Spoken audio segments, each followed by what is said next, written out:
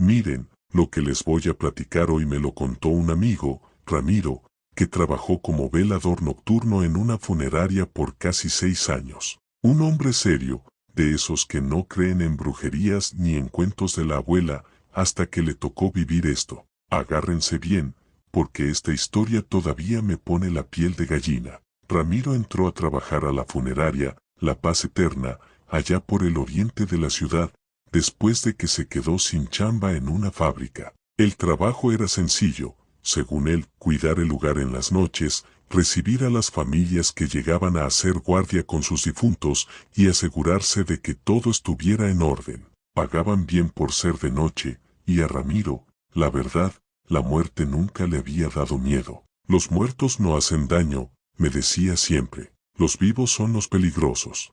Qué equivocado estaba. Todo empezó como a los 3 meses de trabajar ahí. La funeraria tenía 4 salas de velación, y esa noche solo una estaba ocupada, la sala 2, con el cuerpo de un señor mayor que había fallecido de un paro cardíaco. Su familia se había ido como a las 11 de la noche, prometiendo regresar temprano. Las otras 3 salas estaban completamente vacías, cerradas con llave, como siempre se hacía cuando no había servicio. Como a la 1:30 de la mañana, Ramiro estaba en su escritorio, checando el celular, cuando escuchó algo que lo dejó helado, un murmullo, un rezo, bajito, casi un susurro, pero clarísimo, como si alguien estuviera rezando un rosario completo, y venía de la sala 3, la que estaba vacía, la que estaba cerrada con llave. Ramiro me contó que se quedó paralizado un momento, pensando que a lo mejor se le había pasado algo, que tal vez si había un velorio esa noche y se le olvidó.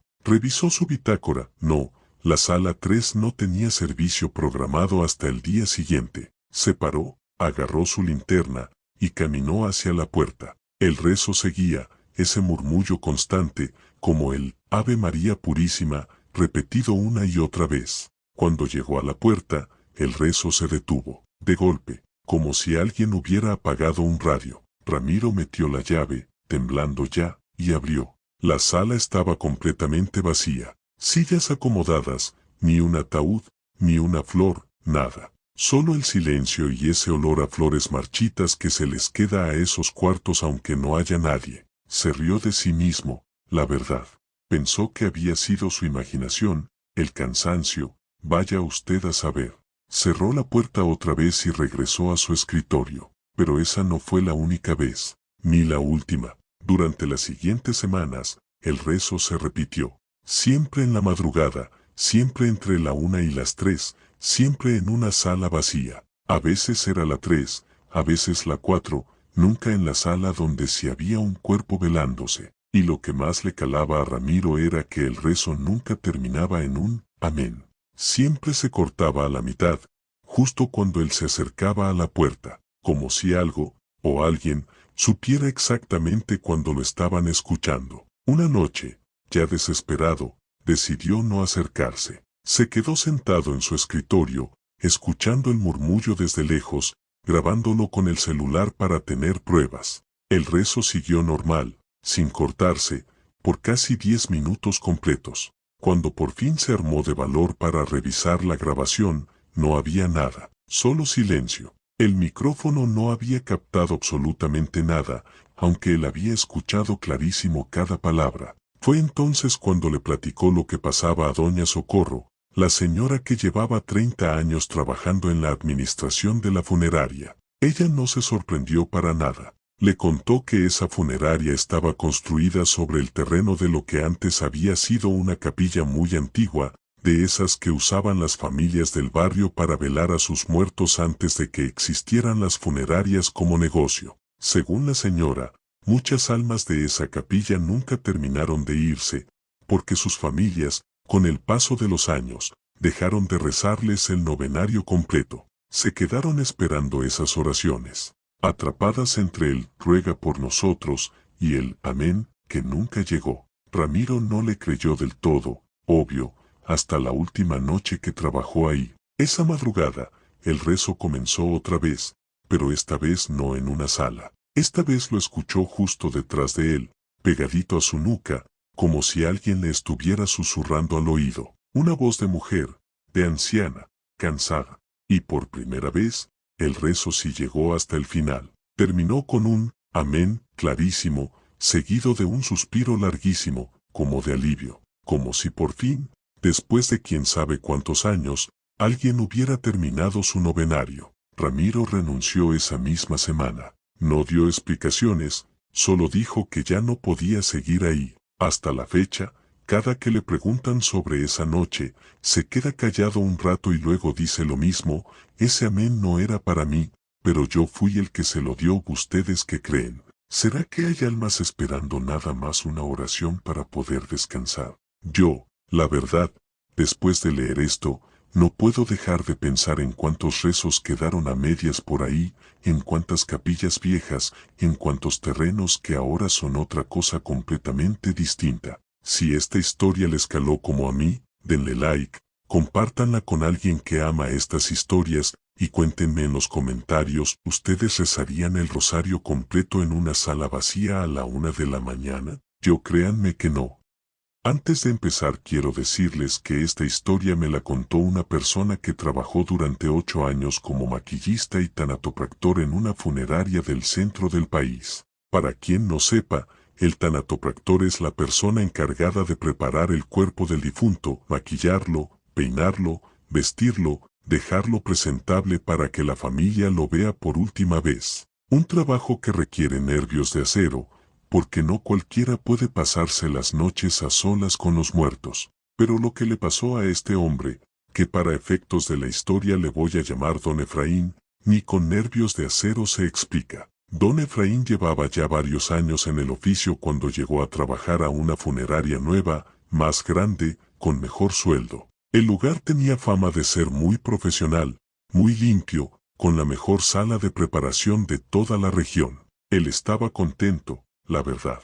Después de tantos años, ya conocía bien su trabajo, sabía cómo acomodar los rasgos de una cara para que pareciera dormida y no muerta, sabía cómo cerrar los párpados con ese pegamento especial para que no se abrieran durante el velorio, sabía todos los trucos del oficio. El problema empezó con un cuerpo en particular. Era un hombre de unos 60 años, que había fallecido en un accidente, y cuya familia pidió que se le arreglara especialmente bien porque iban a hacer un velorio de cuerpo presente muy concurrido, con mucha gente importante del pueblo de donde venían. Don Efraín se puso a trabajar como siempre, limpió el cuerpo, lo vistió, y llegó al último paso, el más simple de todos según él: cerrar los ojos. Pero no pudo. Por más que aplicaba el pegamento, por más que presionaba los párpados, apenas los soltaba, se abrían de nuevo, lentamente, como si el cuerpo respirara, aunque él sabía perfectamente que no había signo de vida alguno, que ya llevaba más de 24 horas en refrigeración. Lo intentó unas 15 veces. Nada. Los ojos del hombre se quedaban entreabiertos, mirando hacia el techo, con una expresión que a don Efraín, en sus propias palabras, no le gustó nada. Le achacó al cansancio, a lo mejor una mala noche de sueño, y decidió usar una técnica distinta, con un poquito más de pegamento y una gasa por dentro del párpado, algo que casi nunca se necesitaba pero que a veces con ciertos cuerpos funcionaba mejor. Funcionó, por fin. Los ojos se quedaron cerrados. Se fue a su casa esa noche pensando que ya había sido todo, un caso raro nada más, de esos que a veces le tocan a uno en el oficio. Pero cuando llegó al día siguiente, algo lo dejó frío. Los ojos estaban abiertos otra vez, completamente abiertos, la gasa arrancada, como si alguien, desde adentro del ataúd, se hubiera quitado a la fuerza lo que él había puesto. Y lo peor, es que el ataúd ya estaba cerrado con el vidrio de cristal encima, ese que se usa para que la familia vea el rostro sin necesidad de abrir la tapa completa. Nadie había tocado ese cuerpo, nadie podía haberlo tocado. Con las manos temblando, don Efraín volvió a hacer el procedimiento, esta vez con más cuidado, con más pegamento del que normalmente usaría, casi excediéndose. Cerró el vidrio. Se quedó un rato mirando el ataúd, como esperando que pasara algo, pero todo se veía tranquilo. Se fue a comer algo para calmar los nervios. Cuando regresó, 15 minutos después, los ojos estaban abiertos otra vez. Y esta vez, La gente de la funeraria que estaba acomodando las sillas para el velorio también lo vio. Una de las señoras de limpieza soltó el trapeador y salió corriendo, persignándose, diciendo que ese señor no se quería ir todavía. El encargado de la funeraria, que llevaba 30 años en el negocio, se acercó, miró el cuerpo, y sin decir mucho, le pidió a don Efraín que lo dejara así. A veces hay que dejarlos como quieren estar, le dijo, muy serio, sin dar más explicaciones. Esa tarde llegó la familia para el velorio. Don Efraín, nervioso, les explicó que había tenido una complicación técnica y que el señor se vería con los ojos entreabiertos, esperando que no se enojaran, que a veces el cuerpo no responde como uno quiere. Para su sorpresa, la esposa del difunto no se alteró para nada. Al contrario, se acercó al ataúd, lo miró con calma, casi con ternura, y dijo algo que a don Efraín se le quedó grabado para siempre: así se ve mejor, así se despide de todos. Él siempre decía que no se quería perder de nada. Resulta que el señor, en vida, había sido una persona extremadamente curiosa,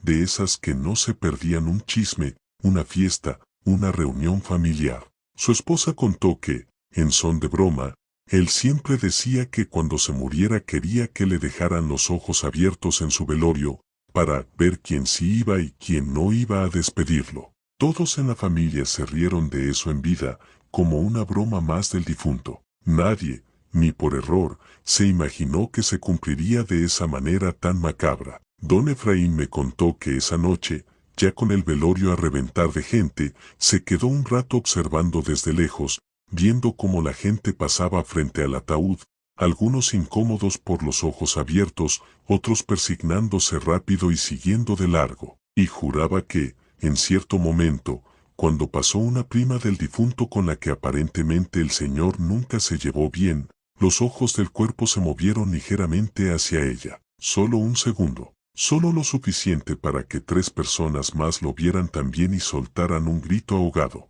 Después de esa noche, don Efraín pidió que lo cambiaran de área dentro de la funeraria. Ya no quiso volver a trabajar directamente con la preparación de cuerpos, aunque se quedó en el negocio, ahora en el área administrativa. Cuando le preguntan por qué renunció a un oficio que llevaba practicando por años, siempre da la misma respuesta: hay gente que se muere, pero no se va. Y lo peor es cuando se quieren quedar viendo. ¿Ustedes qué opinan? ¿Será que hay personas con tantas ganas de vivir, tanta curiosidad, que ni la muerte los detiene? Yo cada que voy a un velorio de cuerpo presente, se los juro, ya no puedo ver a los difuntos igual. Si este relato les erizó la piel, ya saben qué hacer. Like, compartan con esa persona que ama lo paranormal, y cuéntenme en los comentarios si ustedes podrían trabajar arreglando cuerpos toda su vida. Nos vemos en la próxima historia. Cuídense mucho, y no se queden viendo demasiado a los muertos, no vaya a ser que ellos también los volteen a ver. Este relato me la contó un señor que manejó querobús fúnebres durante casi 15 años, trasladando cuerpos entre velatorios, hospitales y panteones de varios municipios. Un trabajo que parece sencillo, no, nada más manejar. Pero cuando uno pasa tantas horas de madrugada solo, con un ataúd en la parte de atrás, las cosas se ponen raras. Y lo que le pasó a este hombre, que vamos a llamarle Don Refugio, todavía se lo cuenta con la voz entrecortada. Don Refugio trabajaba para una funeraria que daba servicio a varios pueblos de la región, así que era común que tuviera que manejar largas distancias de noche, sobre todo cuando alguien fallecía lejos de su comunidad y había que trasladar el cuerpo para el velorio o el entierro. Ya se había acostumbrado a esas carreteras oscuras, a esos caminos rurales sin alumbrado, a la soledad de esas horas donde parece que uno es el único ser vivo en kilómetros. El muerto no habla, no molesta, no pide nada, me decía siempre, medio en broma. Es el pasajero más tranquilo que uno puede llevar. Qué equivocado iba a estar esa noche de octubre. Le tocó un servicio complicado: recoger el cuerpo de una señora que había fallecido en un hospital de la capital, para trasladarla de regreso a su pueblo, a unas 3 horas de distancia, donde la esperaba su familia para el velorio. Salió del hospital ya entrada la noche, como a las 11, con el ataúd bien asegurado en la parte trasera del aquerouse. El camino era conocido para él, uno que había recorrido decenas de veces, con esas curvas cerradas típicas de la sierra y esos tramos donde la señal del celular se pierde por completo. Como a la hora y media de camino, en medio de la nada, don Refugio empezó a sentir algo raro. Un cambio en la temperatura dentro del vehículo, un frío que no correspondía para nada con la noche, que estaba templada. Le subió a la calefacción, pensando que era el aire acondicionado que se había quedado encendido, pero el frío seguía ahí, concentrado, como si viniera de un punto específico del vehículo. Fue entonces cuando lo escuchó un golpe seco, desde la parte de atrás, como si algo hubiera caído, o como si algo hubiera golpeado la madera del ataúd desde adentro. Don Refugio se quedó helado, agarrando el volante con las dos manos, mirando por el retrovisor sin ver nada más que la oscuridad del compartimento trasero. Se dijo a sí mismo que había sido un bache, que el camino estaba lleno de baches, que seguramente el ataúd se había movido un poco con el traqueteo. Siguió manejando, más rápido de lo normal, con el corazón todavía acelerado. El golpe se repitió, y luego otro, y otro más, ya en un patrón, como si alguien estuviera tocando desde adentro, buscando salir. Don Refugio me contó que en ese momento su mente se llenó de puros pensamientos horribles. ¿Y si la señora no estaba muerta? ¿Y si el hospital se había equivocado? ¿Y si la habían enterrado, o en este caso, la habían metido al ataúd, estando todavía con vida? Uno escucha historias así, de gente que despierta en las funerarias, de errores médicos, de catalepsias que se confunden con la muerte. El miedo lo invadió por completo, pero también algo más fuerte, la obligación de revisar, de asegurarse de que esa señora no estuviera sufriendo ahí adentro. Se orilló en un tramo de la carretera completamente solo, sin una sola luz alrededor, nada más el resplandor de sus propios faros iluminando el monte. Bajó de la carroza con las piernas temblando y caminó hacia la parte trasera. Los golpes habían parado justo cuando el motor se apagó, como si esperaran el silencio completo para dejarse escuchar mejor, o como si algo hubiera notado que él ya estaba ahí, cerca. Abrió las puertas traseras despacio. El ataúd estaba exactamente como lo había dejado, bien asegurado con las correas, sin ningún movimiento aparente. Se armó de valor y tocó la madera, esperando escuchar algo, una respiración, un quejido, cualquier señal de vida. Nada. Silencio total. Pensó en abrir el ataúd ahí mismo, en media carretera, ni de la nada, para revisar con sus propios ojos, pero algo dentro de él, un instinto que no supo explicar, le dijo que no lo hiciera, que cerrara esas puertas y siguiera su camino, y así lo hizo. Subió de nuevo a la carroza, encendió el motor, y arrancó, esta vez rezando en voz baja, cosa que nunca hacía. Los golpes no se repitieron el resto del camino, hasta que llegó a las afueras del pueblo de destino, cuando ya podía ver las primeras luces de las casas a lo lejos. Ahí, un último golpe, el más fuerte de todos, tan fuerte que sintió que todo el vehículo vibró, y después, nada. Silencio absoluto por el resto del trayecto. Cuando llegó a la funeraria del pueblo, ya lo esperaban los familiares y el personal para recibir el cuerpo. Don Refugio, todavía pálido, les platicó lo que había pasado, esperando que le dijeran que estaba loco o que había sido su imaginación. Pero el encargado de esa funeraria, un señor mayor con mucha experiencia, no se sorprendió en lo más mínimo. Le explicó que eso pasaba, no seguido, pero pasaba, con cuerpos que habían fallecido de forma repentina, sin poder despedirse de sus seres queridos, sin haber arreglado pendientes en vida. Según él, algunas almas se resisten al traslado, se aferran al lugar donde murieron, y el viaje mismo, el movimiento hacia un destino final, las agita, las hace luchar contra ese último trayecto. Cuando la familia de la señora escuchó la historia, la hija menor rompió en llanto y contó algo que nadie sabía. Su madre, antes de morir, había insistido mucho en que no quería ser trasladada a ese pueblo, que quería quedarse en la capital, cerca de donde había vivido los últimos años de su vida junto a sus nietos. Pero la familia, por tradición, por costumbre, decidió llevarla de regreso a su tierra natal para el entierro, ignorando esa última voluntad.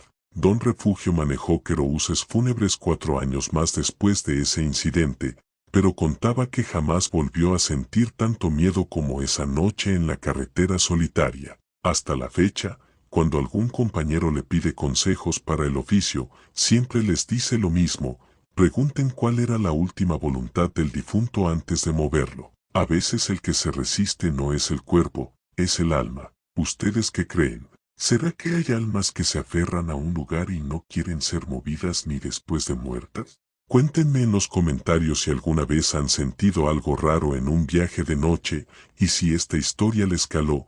Ya saben, like, compártanla, y no se les olvide preguntar siempre cuál era la última voluntad de sus seres queridos. Nos vemos en la próxima historia. Cuídense mucho, y manejen con cuidado, nunca se sabe qué pasajero llevan de más. Este relato me la platicó un señor que trabajó casi 10 años como operador de horno crematorio en una funeraria grande, de esas que tienen su propio servicio de cremación y no tienen que mandar los cuerpos a otro lado. Un trabajo del que casi nadie habla, porque suena frío, técnico, hasta industrial, pero el que lo hace sabe que ahí, entre el calor y el silencio de esas salas, pasan cosas que ni la ciencia explica. A este señor lo vamos a llamar Don Herminio, y lo que vivió una madrugada de invierno todavía se le nota en la mirada cuando lo cuenta. Don Herminio conocía su oficio al derecho y al revés. Sabía cuánto tiempo tardaba un cuerpo en cremarse dependiendo del peso, sabía los sonidos normales que hace un horno crematorio funcionando, ese crujido constante, ese zumbido del quemador, hasta el momento exacto en que el proceso llegaba a su fin. Para él, después de tantos años, ya no había misterio en el trabajo. Es física, nada más, me decía. Calor, tiempo, y ya. No hay alma que se quede en un horno. Esa noche de diciembre, sin embargo, algo lo hizo dudar de todo lo que creía saber. Era una noche particularmente pesada de trabajo, porque tenían 3 cremaciones programadas seguidas, algo que no era común pero que a veces pasaba cuando se juntaban varios servicios el mismo día. La tercera cremación de la noche era la de un hombre de unos 40 y tantos años, que según el expediente había fallecido de forma repentina, un infarto, en su casa, encontrado por su esposa varias horas después. Don Herminio hizo el procedimiento como siempre, verificó la identidad del cuerpo con el personal de la funeraria, siguió el protocolo, y encendió el horno pasada la 1 de la mañana. Todo transcurría normal durante la primera media hora. Don Herminio estaba en su pequeña oficina contigua a la sala de hornos, llenando el papeleo correspondiente, cuando escuchó algo que lo dejó completamente inmóvil: un golpeteo, rítmico, constante, como nudillos tocando metal, viniendo justamente del horno donde se estaba realizando la cremación. Se levantó de inmediato, con el corazón atropellado, y se acercó a revisar los indicadores del equipo. Todo marcaba normal, la temperatura correcta, el proceso avanzando como debía. No había ninguna falla mecánica que explicara ese sonido. El golpeteo continuó, como con un patrón definido, casi como si alguien estuviera pidiendo ayuda desde adentro tocando la pared metálica. Don Herminio sabía, por su experiencia y por toda la lógica que llevaba años acompañándolo, que a esa temperatura, en ese punto del proceso, era completamente imposible que un cuerpo generara ese tipo de movimiento. Los procesos de combustión a veces producen sonidos, sí, movimientos por la contracción del calor, pero nunca, jamás en sus años de trabajo, algo tan organizado, tan parecido a alguien tocando una puerta. Se quedó parado frente al horno, sin saber qué hacer, escuchando ese golpeteo que no cesaba. Pensó en llamar a alguien, en despertar a su compañero de turno que estaba dormitando en la sala de descanso, pero le dio miedo hasta moverse, como si al alejarse fuera a pasar algo peor. El golpeteo, después de varios minutos que a él le parecieron eternos, empezó a disminuir, hasta que cesó por completo, justo cuando el reloj marcaba que el proceso estaba a punto de terminar. Cuando por fin logró calmarse, ya con el proceso terminado y todo en silencio, Don Herminio decidió que jamás le contaría esto a nadie. Se dijo a sí mismo que había sido el cansancio, el estrés de 3 cremaciones seguidas, cualquier explicación con tal de no aceptar lo que realmente había escuchado. Terminó su turno, se fue a su casa, y trató de dormir, aunque esa noche casi no lo logró. 2 días después, la esposa del hombre cremado regresó a la funeraria para recoger las cenizas. Don Herminio, como parte de su trabajo, tuvo que estar presente en la entrega, junto con el encargado de servicios. La señora, visiblemente afectada todavía por el duelo, hizo una pregunta que a don Herminio se le heló la sangre. Preguntó, entre lágrimas, si era normal que a veces las personas no estén completamente muertas cuando las revisan en su casa. El encargado, extrañado, le preguntó por qué preguntaba eso, y la señora contó algo que nadie en la funeraria sabía. Resulta que su esposo, meses antes de morir, le había contado que de joven había sufrido un episodio médico donde los doctores lo dieron por muerto clínicamente durante varios minutos, antes de lograr reanimarlo con maniobras de emergencia. Desde entonces, él vivía con un miedo profundo, casi obsesivo, de que algún día le pasara algo similar y nadie se diera cuenta a tiempo. Le pidió a su esposa, en más de una ocasión, que si él llegaba a fallecer de forma repentina, insistiera en que esperaran lo más posible antes de cualquier procedimiento, por si las moscas, como él mismo decía en broma, aunque en el fondo hablaba muy en serio. La señora, entre sollozos, dijo que ella no había insistido lo suficiente, que todo pasó muy rápido, que la funeraria se había encargado de todo el proceso en tiempo récord porque así lo pedía el seguro funerario que tenían contratado, y que nunca se le ocurrió mencionar ese miedo de su esposo a nadie del personal. Don Herminio, escuchando todo esto, sintió que la sangre se le iba de la cara. No dijo nada sobre el golpeteo que había escuchado esa noche. No hacía falta, familia.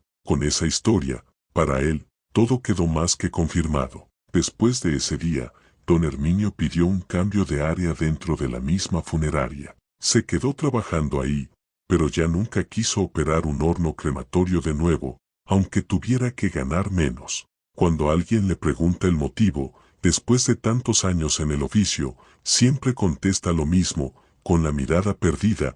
Uno cree que el fuego no tiene oídos ni tiene voz. Pero esa noche, algo tocó, y yo sí escuché. ¿Ustedes qué opinan? ¿Será que hay algo, un instinto, una conciencia, que se resiste incluso en los últimos instantes del cuerpo? Esta historia me la contaron con tanto detalle que hasta se me durmieron los brazos nada más de escucharla. Si sienten que este relato les tocó una fibra distinta, ya saben qué hacer. Like, compártanla con quien ama lo paranormal, y cuéntenme en los comentarios qué opinan de esta última voluntad que nunca se cumplió. Nos vemos en la siguiente historia. Cuídense mucho, y ojalá nunca tengan que escuchar un golpeteo donde se supone que ya no debería haber nadie.